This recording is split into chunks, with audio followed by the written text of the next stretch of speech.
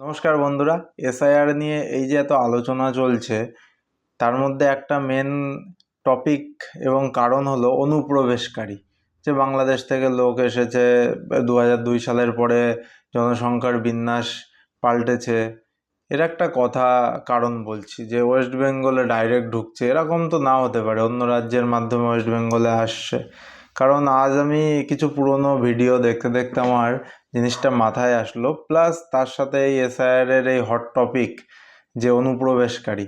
মেঘালয়ের ডাউকিতে যদি তোমরা যেয়ে থাকো, ডাউকি রিভার বোটিং যেখানে হয়, সেখানে ইন্ডিয়ার বাংলাদেশের যে পাঁচিল, যে দিবার, সেটা অনলি কিছু নুড়ি পাথরের একটা লাইন করা আছে। আমি এমনিতেই বলছি না, আমি ভিডিওটা এখানে প্লে করছি, তোমরা আগে ভিডিওটা দেখে নাও। ওই নুড়ি পাথরের ওপাশে বাংলাদেশ, বাংলাদেশের সিলেট সম্ভবত, আর এপাশে মেঘালয়, আমাদের ডাউকি রিভার যেটা। তো অনলি দুজন আমাদের বিএসএফ পার্সোনাল পোস্টিং আছেন ওখানে, কোনোভাবেই কারোর পক্ষে মেনটেন করা সম্ভবই না। এমনকি ওয়াটারওয়েজ যেটা, সেটাও ওপেন, মানে এপাশ থেকে ওপাশে তুমি চাইলেও টাচ করে আসতে পারো, আর ওরা এপাশে আসছে, এরা ওপাশে যাচ্ছে, মানে একদম জাস্ট ওপেন। দুজন বিএসএফ পার্সোনাল, তাদের পক্ষে কোনোভাবেই মানে সম্ভব না যে এটা মেনটেন করা। একজন ওয়াচ টাওয়ারে বসে আছে, একজন নিচে রাউন্ড দিচ্ছে।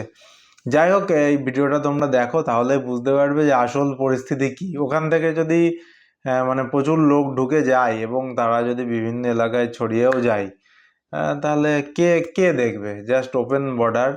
ইন্ডিয়ান ওই যে বিএসএফ দাঁড়িয়ে ওই যারা জলে এগোচ্ছে না, ওরাও আসতে পারবে না। বুঝতে পেরেছো? ওই যে দাঁড়িয়ে আছে, ওই যে দাঁড়িয়ে আছে, তোমাকে কাউকে যেতে দিচ্ছে না।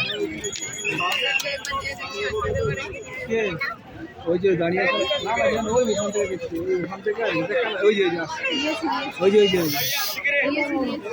India Bangladesh border in Meghalaya and Sylhet.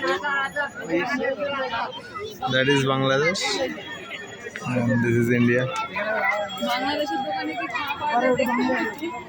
ये सब खड़ा है, ये ऊपर में वॉच टावर है।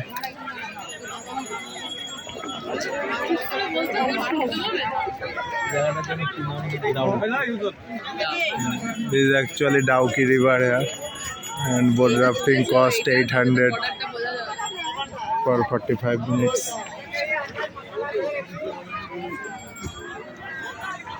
This is the border. Yeah, this is West Bengal to there. এবং ওখানে কোনো ফেন্সিংও নেই। এইগুলো প্রথমে সুরক্ষিত করা দরকার, কাঁটাতারের ফেন্সিং দরকার। একদম ওপেন বর্ডার। সো শুধু ওয়েস্ট বেঙ্গলের দোষ না, মানে এখানে ওয়েস্ট বেঙ্গল গভর্নমেন্ট যেমন বলছে ফেন্সিং দিচ্ছে না, জমি দিচ্ছে না, বারবার অমিত শাহ এটা বলে, তেমন শুধু ওয়েস্ট বেঙ্গল না, আসামেও অনেকটা জায়গায় একই অবস্থা, আর মেঘালয়ে তো এই অবস্থায়। সো ওই এলাকার মাধ্যমে লোকজন ঢুকেও যদি ওয়েস্ট বেঙ্গলে প্রবেশ করে, তাহলে কেউ কিছু করতে পারবে না। তোমাদের কি মতামত? কমেন্ট সেকশনে অবশ্যই কমেন্ট করো।